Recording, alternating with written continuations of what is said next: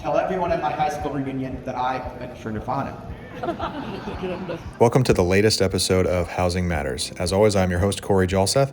Well, I want to just say thank you to all who attended our annual Engage conference. It was 2 days filled with wonderful conversation about housing policy, how the media covers housing, and so much more. Don't forget our wonderful keynote speaker, Chris Novoselic, who came and really gave everybody a good insight into spending some time behind the Iron Curtain as a young man and seeing how things operated back there and how that really influenced his path as a musician and his time in Nirvana, as well as his new step into chairing the Cascade Party. My guest for today's episode of Housing Matters is the current mayor of Burien, Kevin Schilling, who is running for state representative in District 33. And he actually took some time out of his very busy campaigning schedule to sit down for our state candidate forum at Engage. During our conversation, we cover everything from history to housing to statewide policy and to some of his experience on the Burien City Council. Enjoy.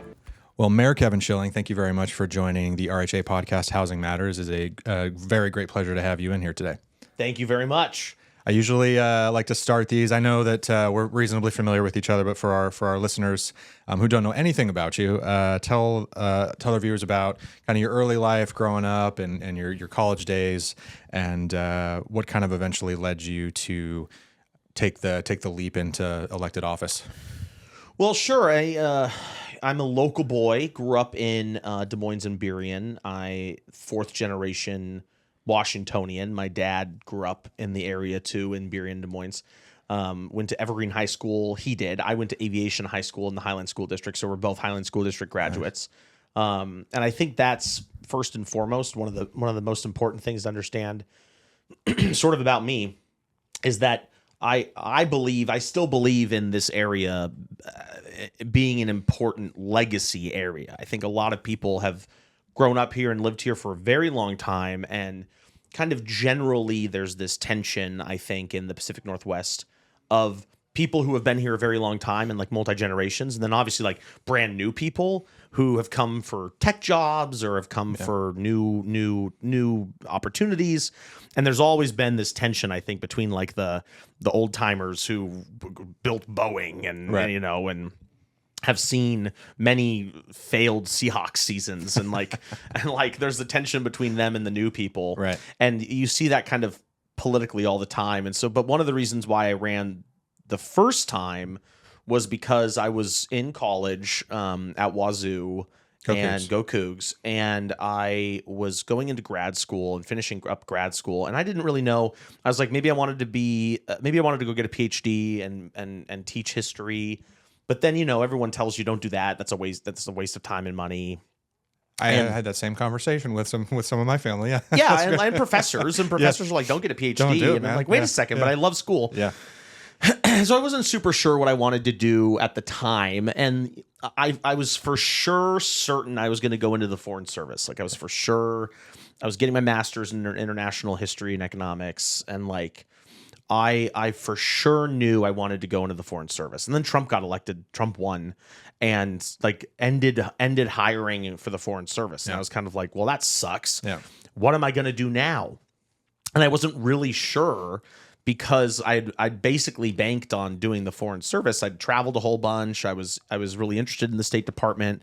And ultimately the Trump experience, Trump won, made me want to go into public service and try to run for office and try to represent the area that I grew up in and that I cared a lot about. And so that was sort of the inspiration, was like Trump won and kind of this call to service to just say I wanted to be in the Foreign Service. That opportunity ended.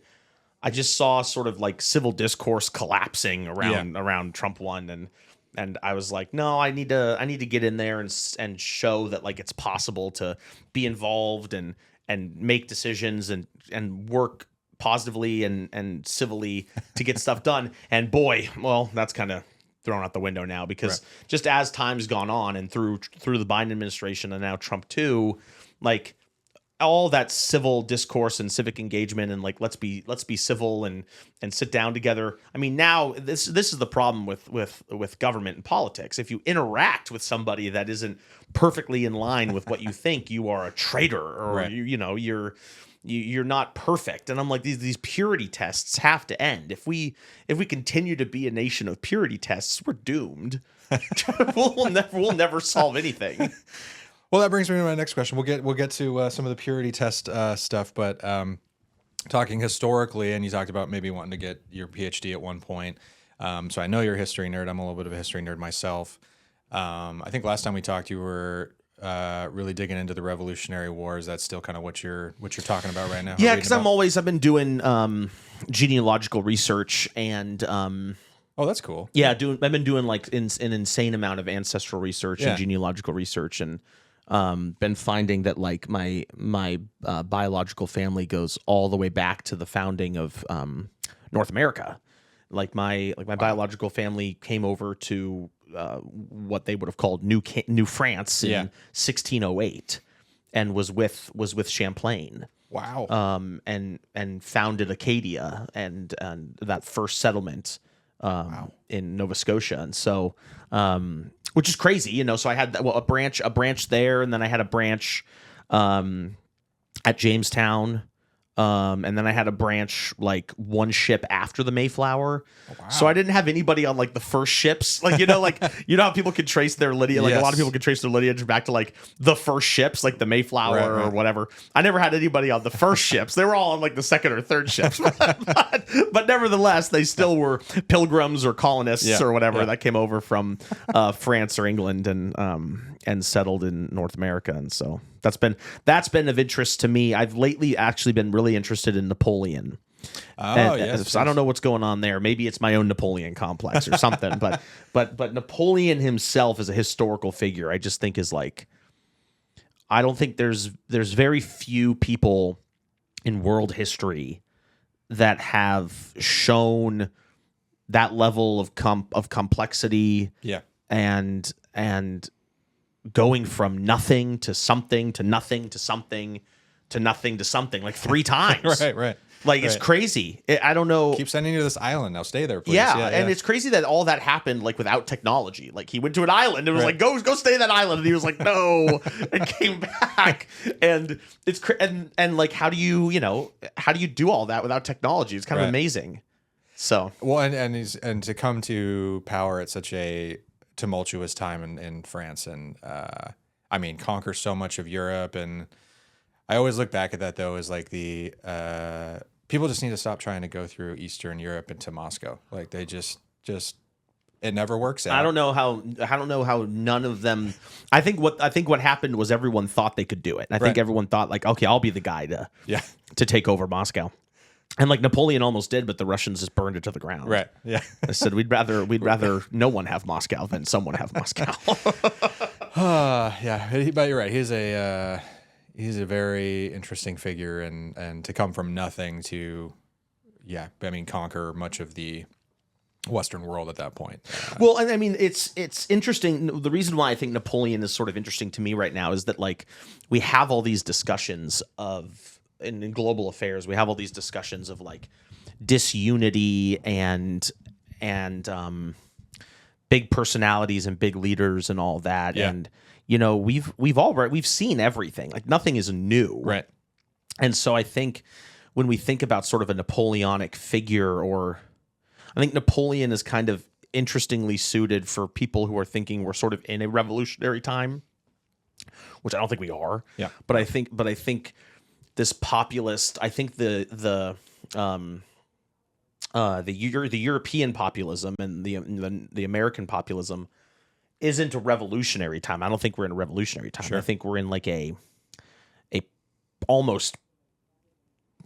almost pre-revolutionary time, but not in the same. Like I'm not talking about French Revolution. I'm not talking like American Revolution or French Revolution. Yeah. And I've been studying them, like you said. I've been studying the American Revolution a lot lately. Yeah. Because we're in our 250th year. Right. That's why I've been interested in it. It's because we're in our what is officially called, I think, the semi-quincentennial, which Say is that 5 times fast. the semi-quincentennial. And so that's been interesting to me. And I just don't, everyone's always like, are we going to go into a new civil war? I don't think we are, no one, absolutely not. Do you know the insanity of the Civil War? We are absolutely nowhere in a place like that. No. I think we're just in a bit of a time of, I think we're just in a nation that's trying to figure itself out. Yeah. It's tough right now, not just for us, but I mean, even look at what's going on in Europe. And I think if we don't study revolutionary times like the American Revolution, the French Revolution, what came after that, we're going to be doomed to kind of repeat some problems. And I always say this to my friends and my wife and stuff. I'm like, I feel like people have forgotten, because it's been so long since we've had a real big war with like hundreds of millions of casualties and all this kind of stuff. I'm like, when people think about, or when people talk about, oh, are we on the brink of something like that? I'm like, well, I certainly hope not, because apparently we've all forgotten how devastating that was, and the decades it takes to recover from stuff like that. And I mean, really, the end of World War II to the early 90s, give or take, with the fall of the Soviet Union and all that kind of stuff, for Europe to fully come back from World War II. Yeah, I agree. I think it's kind of it's an interesting time around the world, but no one wants to go. I mean, it's that historical memory, and like our parents' generation. Like my dad was in the Cold War. Like he was in a submarine during the Cold War. But like our parents' generation was the Vietnam generation. Sure. I think you're a couple years older than me, but we're of the War on Terror generation. Yes, we experienced and remember and know 9/11 and the Iraq War, and the War on Terror. And I think that like our generation's seen it. We don't want to. No, we don't want to do that again. Yeah. So it's just interesting, because I think it does establish a concerning understanding of where domestically we are, because so many people and this is a part of the like political unrest, or I guess political tension in America, is that so many folks on the even on the extremes, on the far left extreme and on the far right extreme, everyone's like, America's bad, or people think America's bad. Like, well, if we have people in this country who think America's bad, you got to learn your history. I don't even think. Forget about history. Like, just go to a few other countries around the world, and then you tell me how much you don't like it here. Right. Yeah. I'll bring it back now. As much as we could talk about history for hours, I'm sure. But tell our listeners about kind of your run for Burien City Council, and kind of the big accomplishments that you feel you made when you were on council, and not just for housing stuff, but kind of some of the bigger, because obviously you had your big the kind of the homelessness issue that you dealt with, and the addiction issues and all that kind of stuff with your city. Well, I ran for the first time in 2019, and if you would have told me that I would have needed to handle a global pandemic, I would have told you were crazy. Yeah. And so I got elected in 2019, and I started in January of 2020, and then COVID hit in March or whatever. Yeah. And basically the first year of my city council life was on Zoom. So that sucked. Yeah. And we were still able to do some good stuff. I was happy to work on a lot of important initiatives during the pandemic to try to help keep people employed, distribute much needed materials. I joined AmeriCorps during the pandemic and delivered emergency meals to low income families. Like, it was just a weird time. Like the pandemic, when you think back on first of all, people want to like forget about it. Yeah. And I'm like, we really can't. Like, that was a insane period of history. It was. Yep. Where for 2 years we were locked inside. like that's crazy. Yep. And I almost have brain fog from it. Like, it's almost like there is sort of a memory hole there. Just either I don't want to remember it, or like nothing actually happened. And so like my brain's like, why bother remembering that? Yeah. Also, this is a side note, but I have got into huge rabbit holes online on conspiracy theories that, but that COVID sped up time Have you heard this Whoa, conspiracy no, I have theory? not, no. So there's a conspiracy theory that the COVID pandemic sped up time. That now time is moving faster. Whoa. Isn't that crazy? I don't know what those conspiracy theorists like attribute to the Sure, time moving sure. faster, but they're like, no, time's moving faster. The Earth is rotating faster. Or Either something that since or then? like there was some technology that was created during the pandemic that no one knew about that like created time speeding Wow. up. Yeah, very like if you want to go down a rabbit hole, go down the conspiracy theorist rabbit hole that time has sped up and it's crazy. I'll have to go check that out. That's I was in a little bit of a fog during that time period as well, but I think the same kind of fog everybody else was. But my wife and I just had our second child February of 2020. Oh my And gosh. so he got to meet everybody, get to meet all the family and everything, and then nobody saw us for like 2 or 3 months. You know, the drive-by like wave through the window and all that kind of stuff. While containing a feral 2-year-old because we had an older child as well, and all the playgrounds are all roped off. It just felt like Groundhog's Day every day. It was just like we were gonna get up and do the same thing and go take the same walk we've been taking, and then we're gonna do it all over again tomorrow. Well, and I think that made I think it did a couple things. Like as an elected official at that time, I think it made us realize what we fully did need and what we fully didn't need. Sure. Like there were some things like it was a great opportunity for governments to say that stuff's not necessary. Yeah. This stuff is necessary. So it did lean out governments for a little while. Yeah.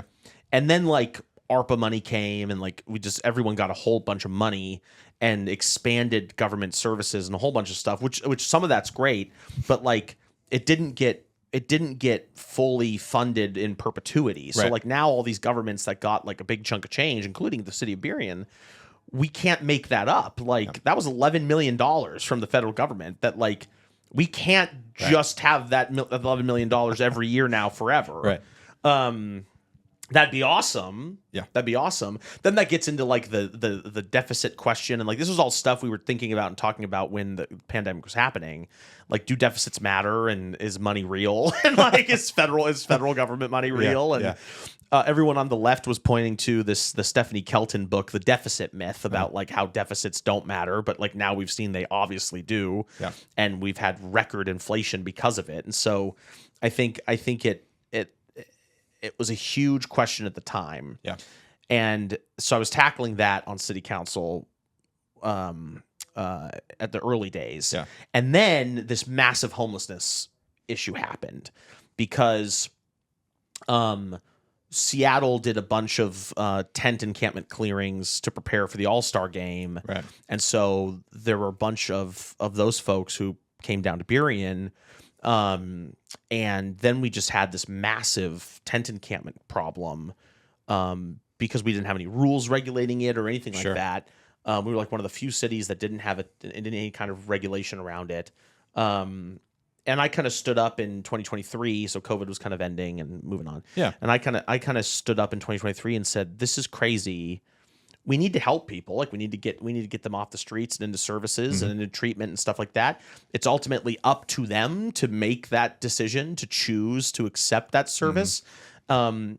And if they don't, we have to say like we can't allow unregulated tent encampments in the city next to the library and parks, next to schools, in neighborhoods. Yeah. Like how is this fair to anybody when we're offering services?" So one of the things we did in my first term and going into being mayor was put a lot of money into service outreach because it was a big priority. Obviously, we were in the news everywhere. I think we made international news. Yeah. Crazy. Because we had multiple overdoses and we had a serious criminal activity and lots of problems. And I'm really proud that a lot of the money we expended got like almost 400 people into services and treatment. Like 400 is a huge number. Yeah. That's not like those aren't people who like became homeless living in Burien. Right. Like people who came to Burien to put up a tent. Like the majority, the vast 99% of them are not people who like became homeless in the city of Burien. So like our human services expenditure provided services for a lot of people. Yeah. It just did. And I'm happy about that. I'm proud of that because we did the two-pronged approach of enforcing the law, but also saying you need to choose this service. So that was obviously the biggest thing we did in the city of Burien. We've been really advocating building more housing and building more commercial opportunities, and with our zoning and all of that. And we have done some really innovative stuff around co-response for police and things like that. But the problem for the city of Burien is that we don't have like a huge economic sector that drives the city. Like SeaTac has the airport. Yeah. Awesome. Like I wish I did. Like, Tukwila has the mall. Yeah. I wish I did. Like we don't have that. We have a bunch of restaurants and homeowners and people who live in the city and commute to work in Seattle, or mom and pop restaurants, mom and pop businesses. Like we don't have huge. The two biggest tax-paying entities in the city of Burien are car dealerships and grocery stores. Oh, okay, interesting. Like that's what we got. Yeah, interesting. Okay, and some of the issues you've dealt with while on council has led to some run-ins with King County government, and I know sometimes you have fun talking about this. My prominent run-ins, right? Yeah. I think the ultimate. I haven't really even had time to just sit down and think about this and kind of like analyze what all of that was, because it was weird. It was weird that we created a law that was legal and constitutional, and our law enforcement did not want to enforce it. Yeah. That's weird. It was weird that we were the only city in the state of Washington not allowed to have a regulation around public camping. That's weird. I get really concerned in our region that we have a lot of voters or folks just in general that don't really pay much attention to what's going on, because our local politics are often nationalized in a really disappointing way. Yeah. Because we have a lot of issues going on locally and in the state, county, state. We got a lot of regional issues that are independent and separate from the federal government. Sure. But for some reason, this area's political mindset is tied directly to what's going on in DC. That's the biggest frustration, because when the city of Burien's pushed back on King County and said, wait a second, we're allowed to do what we want to do as a city. We're not controlled by you, county government. We are allowed to do what we want to do. I think it sent a really big message to a lot of other cities in the area that be careful. If you don't do what King County wants you to do or not wants you to do, then you're going to get into trouble. Yeah. Trouble. But I wasn't elected by voters in King County. I was elected by voters in the city of Burien to do what I think was best for the city of Burien. And I think there's not a lot of attention paid to a lot of this stuff, just because we have a weird, like I said, things are nationalized or things are regionalized, where it's tough for folks to really get into the nitty gritty of what's a city law, what's a county law, what's a state law, what's a federal law, because politicians and groups in this region nationalize local issues. Everything. Yeah. And I mean, I think that's tough because, as you said, the enforcements that you guys would pass as a city as well, and then have the sheriff's office decide, as you said, hey, we're not going to do this. I mean, yeah, that leaves you guys in a hard spot and a hard position, and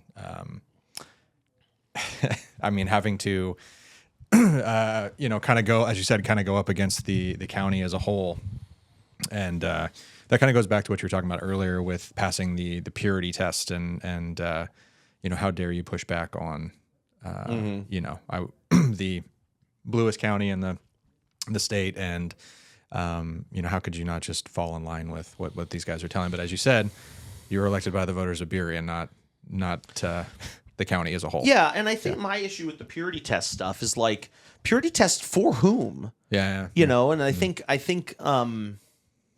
purity test for whom and for what? And I'm a big believer in like trying something, like do something. I'm a big believer in like do something. Yeah. If we need to tweak it and fix it, let's tweak it and fix it.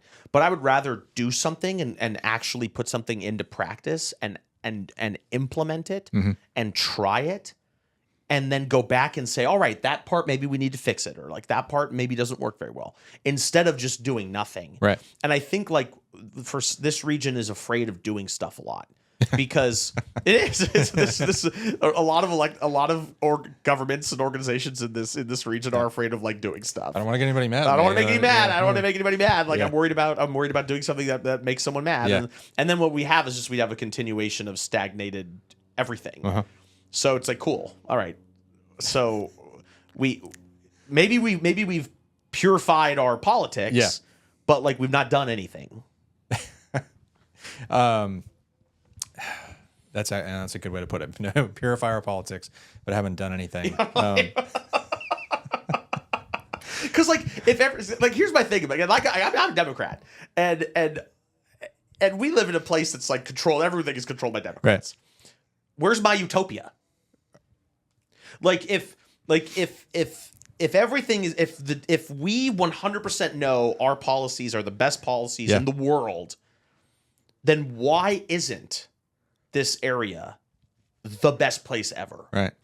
And that's my push and my test within the Democratic Party is like sure, you have successfully made everybody afraid to think differently. Cool. But like we haven't done anything. Yeah. We haven't built more housing. We haven't fixed homelessness. We don't have the best public transit system in the world. We don't have a massive amount of new businesses starting here and growing and supporting entrepreneurs. Like, where is all of that? It must be all the Republicans that are in power. Wait a second. Yeah. And so my thing about that is like we need to stop like Democrats in Washington like blaming Republicans doesn't do anything. like they're not in power. They have no power. Like this is about us doing what we need to do and actually implementing it and actually having government programs that work. Yeah. And this is like the whole abundance agenda thing and like the Ezra Klein, Derek Thompson abundance agenda that I'm obsessed with. And like, I think they're right and like spot on, which is that like Democrats aren't going to get in power again nationally if like the stuff we want to do doesn't work in the places that we control. Okay. Fair point. Yeah. And like, Ezra Klein and Derek Thompson are literally just saying like you actually need to have state capacity to do things and the things you need to do actually need to work. Right. And they need to work because you need to build trust with people. And I think for a long time Democrats haven't built trust with people because we've implemented policies that haven't worked. Yeah. Or we're afraid of trying something different and going back and saying actually that didn't work and we need to kind of fix it. But you'd have to admit that you're wrong. Oh God. Yeah. Well, I'm willing to admit that that I'm wrong or that we need to go back and fix something because I don't necessarily think my life is not dependent on being an elected official all the time. Right. There's a lot of change and a lot of things you can do differently by not being an elected official, just as much as there is as being an elected official. And I think lately I've seen that like power does corrupt. Like even just wanting to be an elected official, like even just for power, kind of makes you like. It makes you want more of it. Sure. And it makes you want to be that center of attention. But like, I don't want to be that center of attention or want more of it if I'm not implementing something to make change and make it better. Right. Yeah. It's a very refreshing thing for I know it's crazy. It's crazy. But like you can win elections, you can lose elections. Yeah. But the thing is, like, you shouldn't want this just to want it. Like, you should want it because you actually have some ideas of how to make something better. Right. You want to help change your community. And my thing is, like, if we're going to be in charge of everything, if Democrats going to be in charge of everything, but, like, things can't get better, then what are we doing? That's very, very, very well put. Getting more specifically to kind of some rental housing stuff now. Burien, at one point, I want to say this was, you would know better than I think, but like 2 years ago, some of more restrictive rental regulations that were passed with you shouting from the rooftops that why are we doing this and what's going to happen here, and then some of those have now gotten repealed more recently. Can you just speak to that a little bit for listeners? Yeah, actually, so what's interesting, if people want to really go into the history of that, the person who pushed all those was Katie Wilson. Yeah. So, There you go. Yeah. all over the place. But I think that was 2023. It was the stay.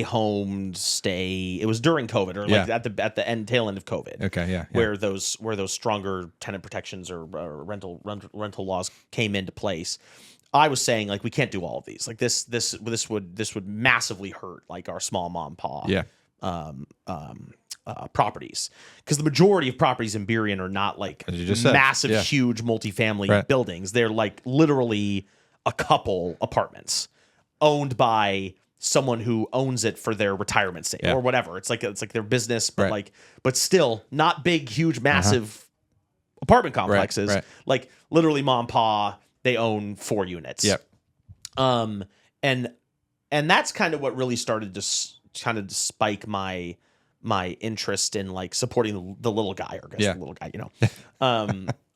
I get really concerned over government rules and like regulations that are meant to kind of say to the big guys, hey, we've got some issues and we need to figure this out. And then those laws and regulations start hurting the little guys who like don't have the resources. Like all of your members, like the majority of your members are in an association because they don't independently have the resources to like fight back against something or advocate for something, which is why associations are what people need to be involved in and do everything. But we had those rules and regulations come in 2023, pushed by Katie Wilson, and the Transit Riders Union push. Transit Riders Union, Stay Home, Stay Healthy coalition sort of thing. I was able to get a couple out of that because they were just so over the top, like landowners and property owners pay all the moving fees for people, and I can't. There was one other one that I just thought was totally out of line. It's okay. Tacoma and Seattle hung on to some of those for you. Yeah, So it's my ultimate thought on that is that we had a period of time where there was this push to regulate rental properties with a focus on the big guys, but it was hurting the little guys. And my thing was, and I've talked to RHA constantly about this, it was about how like the rental assistance is amazing, and that was pushed by and supported by all of the property owners. Like the property owners were like, yes, rental assistance, great. Yeah. During the pandemic, awesome. Yep. Let's make that program forever in perpetuity. Early money's the best money. Yeah, a rental assistance program, awesome. I fully support that. Yeah. I don't support not being able to evict a problematic tenant who is breaking the law and doing things that cause problems in your property. Yep. And that was where these laws went way over the top for me. Like, you can't evict someone who's a problem? Yeah. Who's destroying the property, or like whose neighbors aren't feeling safe because of this tenant? Right. And you have no power to get them out of your property? That's crazy. Because I just saw yesterday, unfortunately, in the apartment complex next to where I rent, someone horribly stabbed people in this apartment complex, and it'll be interesting to see what happened there. Yeah. But like I've heard from property owners for a long time, not just in Burien but overall, that the rules around being able to evict someone have just gotten so complicated and difficult that like it's so hard to get a problem tenant out of an apartment. And then you know who it hurts the most? It hurts the other people around them. It hurts the other tenants who are like, I've got a family, I've got a kid, I'm just here I just live here because I got to go to work, and like I'm having trouble paying my rent, but like the last thing I need is this guy over here dealing drugs or pounding on the wall and breaking stuff all the time. Well, kind of correlation to what you're talking about with homelessness and helping those people get off the streets because they're sitting in the parks that families are going to go to, and they're going to go take their kids and play. And it's sort of the same thought process of, like you said, if there's a family next door, like I understand that, you need a place to live, but you're also putting everybody else that is living in this building with you in danger. So are your rights, do they outweigh the rights of everybody else in the building? Well, but this also gets to like, I don't think like what's been weird about the last, I think COVID changed everyone's mindset, or we're kind of recovering from this thought, this mindset around no accountability. Yeah. Yeah. And so now we're like kind of coming back to being like, oh, wait a second, hold on. Like personal responsibility is the thing that we kind of expect from our neighbors in America. Yeah. Who holds people accountable to where are the consequences to anyone's actions. And I think like, I can't believe that me as a Democrat saying that has made me be labeled as like a maverick or like a conservative Democrat or whatever. Right. I'm like, no. I don't understand why me saying like, no, there needs to be some personal responsibility and accountability and consequences for actions that negatively impact your neighbor, your fellow citizen. Yeah. I just think that's crazy. I'm like, this is just, I thought this was just like normal. This is how I was raised. I was gonna say, I take it back to the elementary concept of how do you raise children? And if there are no consequences for actions, if there is no guidance and personal accountability and rules, then your kids are they're not going to grow up to be a very nice person who contributes to society. But this is like the stuff that I grew up learning. Right. And I thought that this is what we grew up learning in America. And then all of a sudden, we become adults, and then that doesn't matter at all anymore. Like, I don't know. Everything you learned your entire childhood, forget about it. Yeah. And don't get me wrong. Like I have some small L libertarian sensibilities. Sure. Like there's some things that I think that like America just, there's some personal, obviously like privacy and you do whatever you want, do what you want. Yep. However, you can't do what you want if what you're doing is hurting other people. Right. That's where law comes into play, like breaking the law and consequences. The social contract of society What and a an community. idea. And, What a concept. What a concept. You are obviously very familiar with the concept of rent control, and you multiple times went down to Olympia to testify on as mayor of Burien, but on behalf of RHA. Can you tell our listeners about, as you said, as a Democrat, but there seems to be so few of you who truly understand this concept and understand the overall harm that it can cause, and maybe some of that comes from your time at the London School of Economics. But and I think like it's unfortunate that as a Democrat, like me saying, I don't support this type of rent control, right? Because I think rent control generally, and I've said this publicly multiple times, and I'm the only mayor who testified against it, but like I don't price controls in economics generally do not work. Yep. And what happens with any kind of price control is it reduces supply. It just does. And rent control across the board will reduce supply. It's just gonna. And it's too bad because like there were some things that I would have been supportive of. Like for example, like why do we not want to means test it? Mm-hmm. Why do we want rent control for tech bros making $500,000 a year? Yeah. They should be paying full rent. And like why wouldn't we have discussed saying let's talk about rent control, rent stabilization, whatever. Yeah. Let's discuss that for nurses and teachers. Sure. And people making below the AMI, the area median income. Like that's a different discussion. I think that would have been an interesting one to have at the legislative level. Because rent control across the board for like tech bros making $500,000 a year, that's crazy. Right. And so and then it ultimately overall hurts the general landscape of building and supply more because for everybody else. What's the incentive? Right. Because also there's so many layers to it, the bill that passed. So you can't have rent controlled units in new construction for the first 10 years, right? 12 years. Yeah. But older units immediately have rent control. It's very interesting. And then also nonprofit housing is exempt from it. Yeah. Okay. Probably like the primary sponsor of the bill worked for. Okay. Yeah. And it's the 12-year exemption. It's almost like they thought people wouldn't build new apartments if they were controlled from right. the get-go. quiet part out loud. Maybe. Yeah, that always seems to be the nice little regulation that slides into any of those rent control bills. I know St. Paul, Minnesota just rolled back theirs at the city council level. I think it was probably about 2 or 3 months ago, but they've gotten rid of it for all new construction. So if it's anything that was built after, I think it was 2005, it's exempt in perpetuity. But then all the older units are still rent controlled. Gotcha. Which is interesting to me. Okay. But, St. Paul.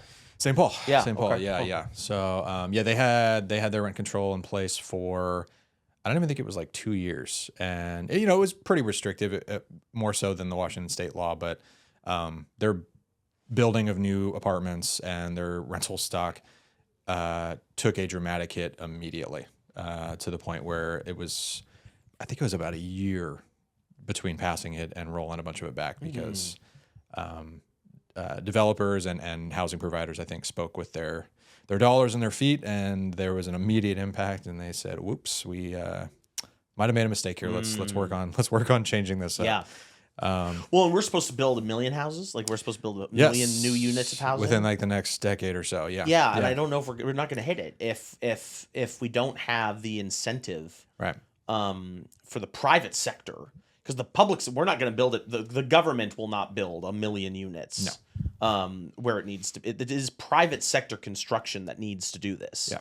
And the private sector needs incentives, and it needs to have good public-private relationships, and it needs to have support and collaboration between the public sector too for zoning and permitting and doing all the reforms around that. And it's just I just can't believe we're doing something that would hinder building more where we need to hit our goals. Right. Well, you think about like the housing trust fund for the state and all that too. I think I was talking to Representative Levitt probably a year and a half ago or something. And she was telling me, I think since it was instituted in like the mid 80s up until I think it was 2023, 2024, that fund had built, I think, something like 60,000 units, but you're talking about basically a 40-year time or a 40-year time frame. And so, like as you said, how is the public sector dollars going to do that without help from the private developers? There's just absolutely no way. It can't. And I don't know. We need to stop living in a world where we're not telling the truth. Yeah. And like it can't. Yeah. I like that. You've had a lot of good zingers in this conversation so far that I'm going to probably steal. I love the movie. I'm a big fan. So I'm a Catholic, and I'm a big fan of St. Thomas More. And there's a great movie, A Man for All Seasons from 1966. Paul Scofield plays Thomas More. And you are the third person to recommend that movie, and I have not seen it yet. So well, get on it. I'm going to get on it. He won an Oscar for it, and the movie won Best Picture, but at the Academy Awards. But Thomas More had a line in there. He was brought to the king for his trial because he'd said to the king, "You can't get a divorce," and his best friend like betrayed him and set him up to the king, and his best friend got a reward for that. He became the Duke of Wales, and his friend came up to him at his trial and said to him like, "Can't you just tell the king he can do this?" And Thomas More says, "It profits a man nothing to sell his soul for the world, and you did it for Wales." And I think about that a lot in politics. Like, you can't sell your soul for anything, but you did it for to keep your seat. I guess. To be a state representative. Like, I don't know. I don't know. That it's funny. It draws a correlation to. I don't know if you've ever read The Crucible. Oh long time ago. Yeah, it's been a while for me too. I think it's high school, and I don't even remember the gentleman's name in the book, but John Proctor. John Proctor, thank you. Yes, there it is. And like you said, he's like, it's my name. Like I'm not gonna say that I've done something I haven't done. It's my name. That was Daniel Day-Lewis, by the way, and in the movie, right? In the movie, yes. And I had forgotten that till I saw a clip of that a few weeks ago. I'm like, I just think it's important to tell the truth. Yeah, absolutely. Even if it gets you, even if it gets you on a campaign mailer. Did you see what they did? They told the truth. Yeah, I told the truth. I want to give you a little bit of a chance to talk about your day job because you are very familiar with not just being mayor of Burien, but with how kind of government works all over the state with your day job as advocacy director for the Washington State Dental Association. Can you chat a little bit about that? Sure. Yeah, I was working for Congressman Derek Kilmer. I was his political director, and I was looking for a new. He was not running again, Yeah. and I was looking for a new gig, and I wanted to move into the association realm because working for Derek, I was seeing that like associations did everything. Yeah. They did everything. associations do the policy Yeah. pushes, they raise the money, they Yep. host the events, they do PACs. Like associations do everything in the public space Yeah. of America. And associations, go back to history again, associations are I think the most important non-governmental organizations, and that goes back to like Alexis de Tocqueville and in his book like Democracy in America, being like associations run America, Yeah. and like voluntary associations and groups of people choosing to be in relationship to one another and Sure. like solving problems and being in community with one another is really, really, really important. Yeah. And I think that's I've learned that. I would like the rest of my career to be in association land. I think that we need to continue to grow and expand associations. Associations are in a tough spot right now. Yeah. Because people are cash strapped and costs are going up and prices are going up, and it's hard to continue to ask people for more when they're like, hold on a second. Yeah. I don't have any money. Yeah. And so I think associations, and I know RHA does this. I mean, like everyone's going to be innovative with how they solve these problems, and not just like maintain membership, but try to grow membership. And it's hard to grow membership when like the economy is really bad, and you don't have a state government that's like helpful to keeping things going. But associations really are like the most important organizations in America. And the Dental Association is a big one because they represent about 4,000 dentists in the state of Washington, which is like a huge amount of the total number of dentists. Sure. And like a lot of associations don't actually represent like a majority of the people Of the industry, of yeah. the industry in places. Which is what I was talking about, like the difficulty around like growing membership Yeah. and like making it Pulling in different directions. yeah, for it's good. going in Yeah. different directions, and like making it worth the industry and Yeah. the industry groups like joining the association, because then that's tough. Then you have like voluntary associations that like don't actually speak for the majority of the industry, which is tough, which is weird. Yeah. Yeah. But I personally believe, in line with like Alexis de Tocqueville, which is like obviously a historic throwback, that associations are like the most important thing that Americans can do. To join voluntary associations. And like Robert Putnam has an amazing book from the 90s, his book Bowling Alone, where he was a sociologist or a historian from Harvard, and he wrote this great book that was like America's doomed if like people don't join voluntary associations. Like if we don't continue to grow association membership, whether that's if you're a property owner joining RHA, or you're a dentist joining the WSDA, or you are just in a bowling league, or you go to church, like if we don't continue as Americans to do all of that stuff, our social fabric is going to collapse.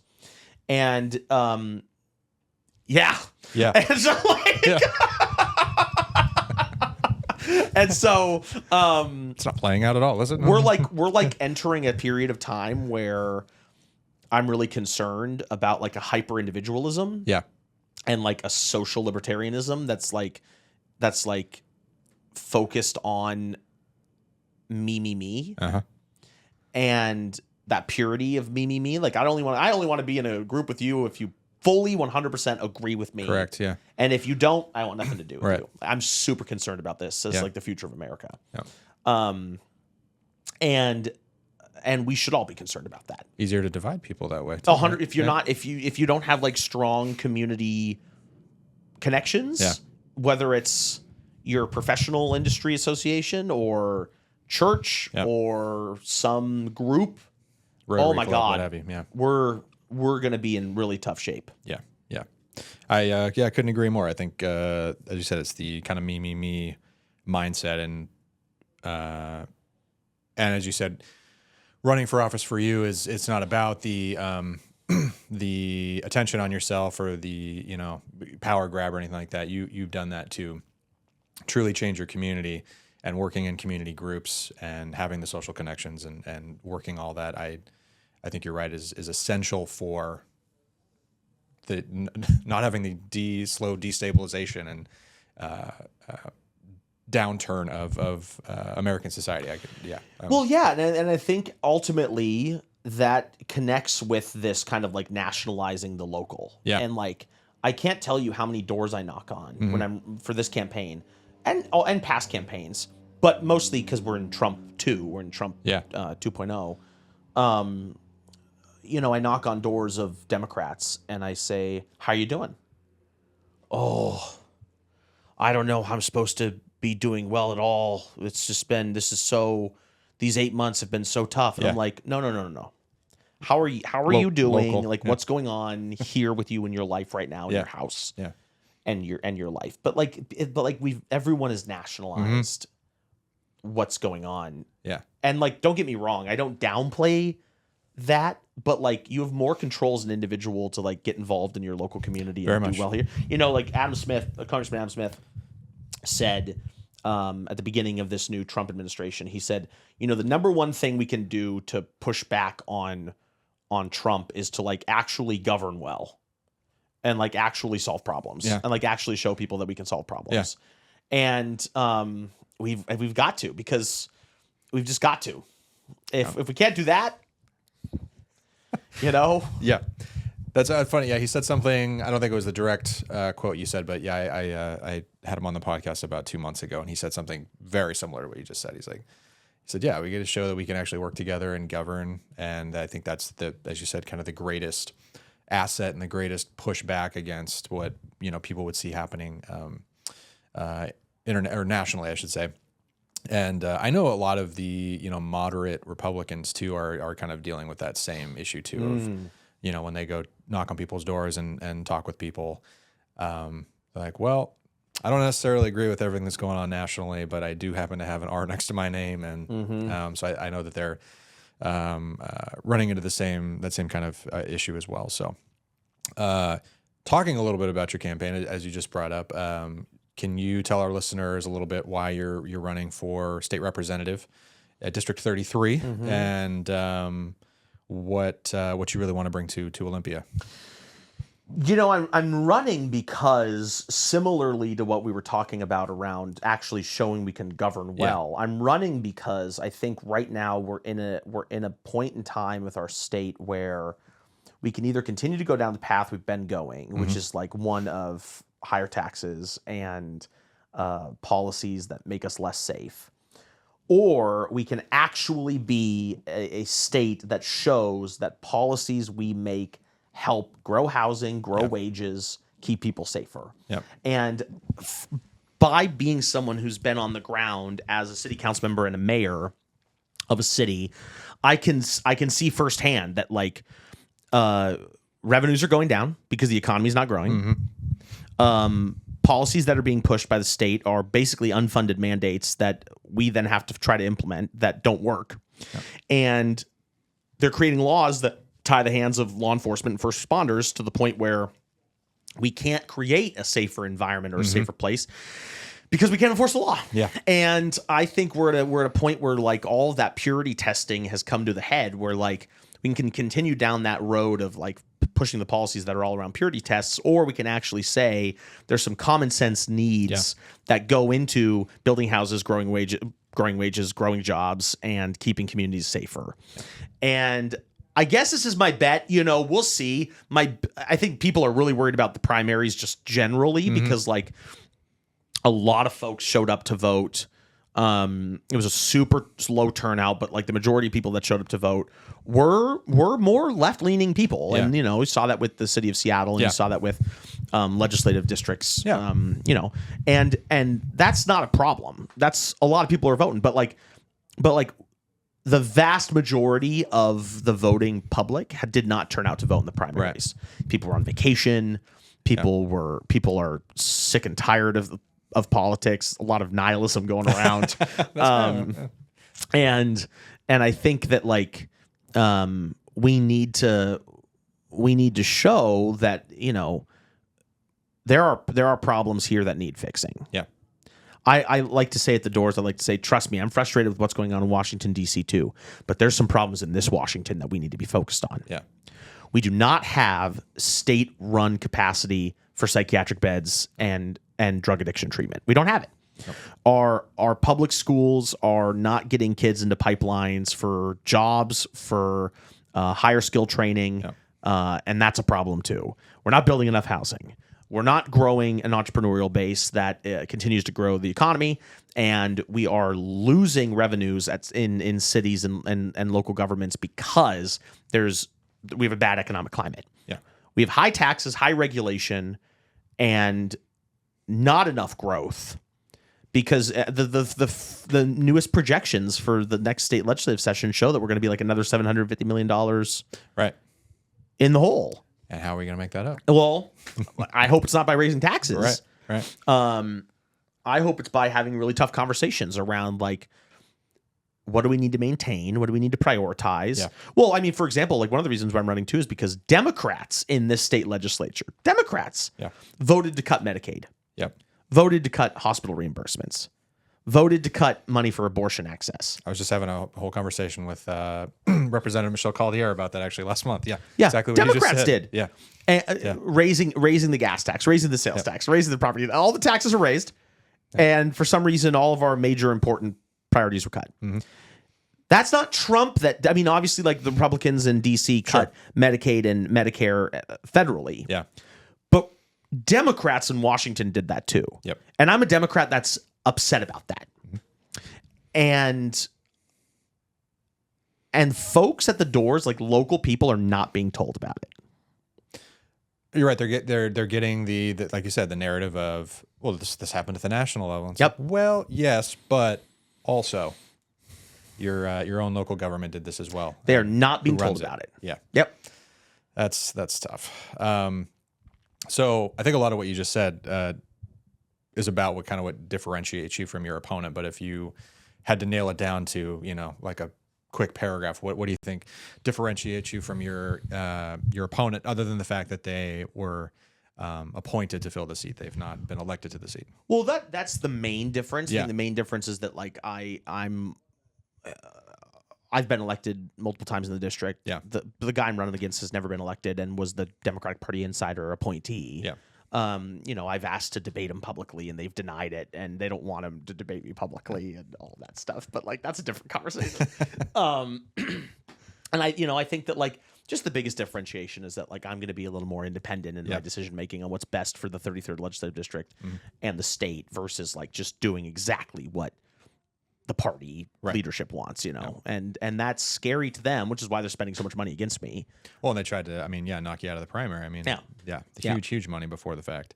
Because the appointed going up against a Republican, that's a completely different race than going up against a moderate Democrat such as yourself. Right, So, for sure. And for anybody that wants to support your campaign, either financially or with their time and help going out door knocking and doing all that kind of stuff, where can they find you? My website is electkevinschilling.com. Electkevinschilling.com. Schilling spelled Schilling. Electkevinschilling.com. Excellent. I'm really hoping to see you sit in that seat for District 33. I hope so too.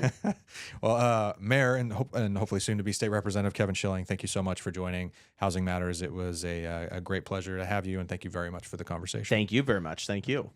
That's it for this episode of Housing Matters. And don't forget to turn in your ballots. They are due by 8 p.m. on November the 4th. If you have a story or topic you believe should be covered on a future episode of Housing Matters, send me an email at chjalseth@rhawa.org. I'd be happy to hear from you. The views expressed in episodes of RHAWA's Housing Matters podcast do not necessarily represent the views and policies of the Rental Housing Association of Washington.